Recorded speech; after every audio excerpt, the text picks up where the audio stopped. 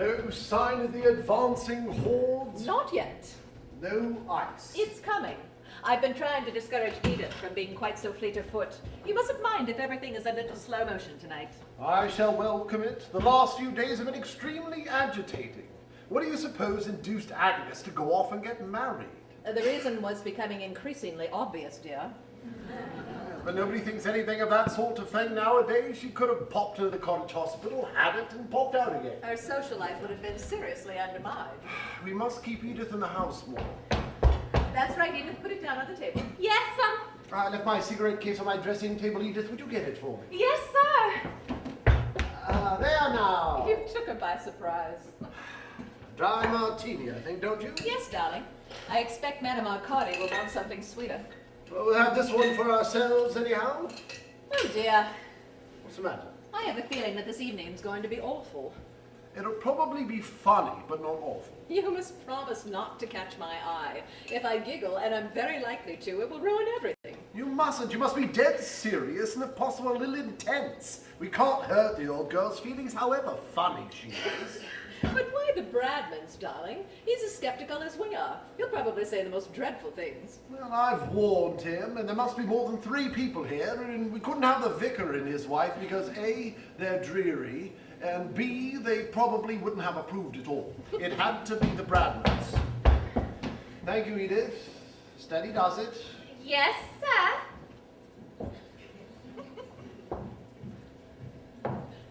We might make a walkabout with a book upon our head like they do in deportment lessons. Here, darling, try this. Thank you.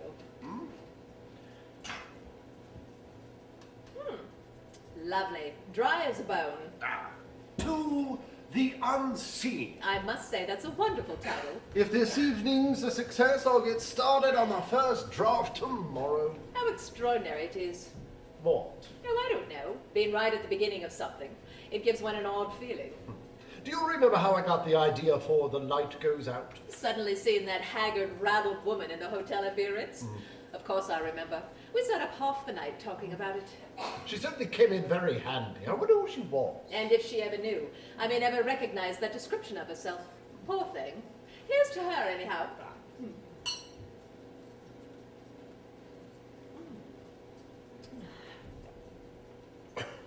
Have another. Darling, it's most awfully strong. Never mind. Used Elvira to be a help to you when you were thinking something out, I mean? Every now and then when she concentrated, but she didn't concentrate very often. I do wish I'd known her. I wondered if you'd have liked her. I'm sure I should. As you talk of her, she sounds enchanting. Yes, I'm sure I should have liked her because, you know, I have never for an instant felt in the least jealous of her. That's a good sign. Poor Elvira. Does it still hurt when you think of her? No, not really. Sometimes I almost wish it did. I feel rather guilty. I wonder if I died before you'd grown tired of me, if you'd forgive me so soon. What a horrible thing to say. No, I think it's interesting. Well, to begin with, I haven't forgotten Elvira. I remember her very distinctly indeed. I remember how fascinating she was, and how maddening. I remember how badly she played all games, and how cross she got when she didn't win. I remember her gay charm when she achieved her own way over something, and her extreme acidity when she didn't. I remember her physical attractiveness, which was tremendous, and her spiritual integrity, which was nil. You can't remember something that was nil. I remember how morally untidy she was. Was she more physically attractive than I am?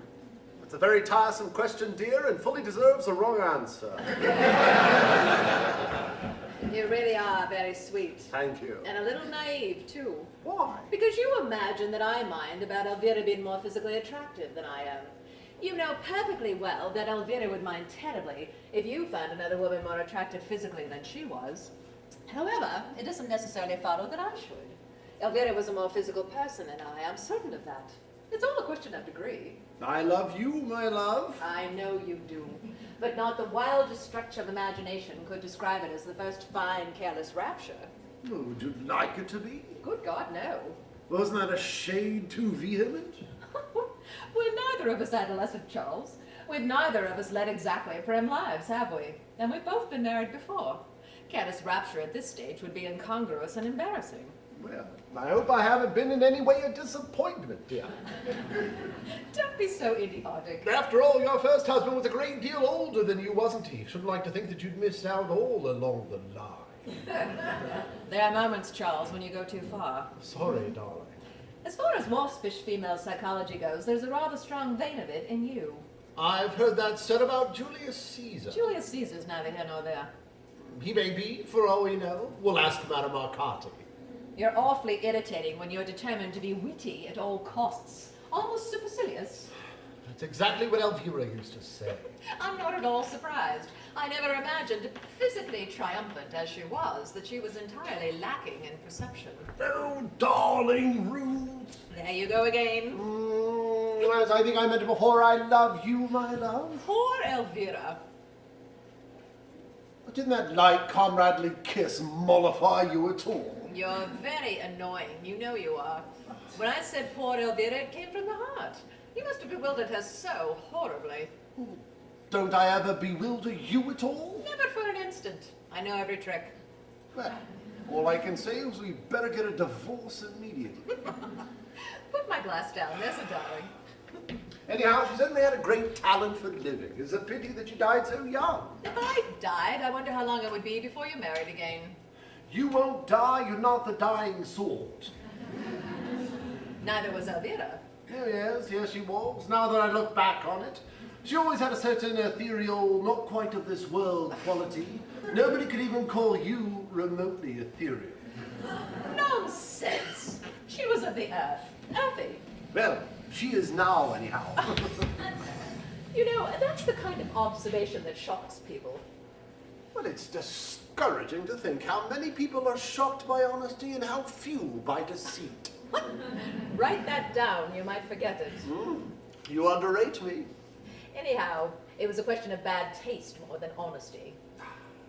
I was devoted to Elvira. We were married for 5 years. She died. I missed her very much.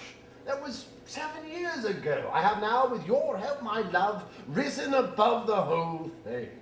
Admirable. But if tragedy should darken our lives, I say with prophetic foreboding, poor Ruth.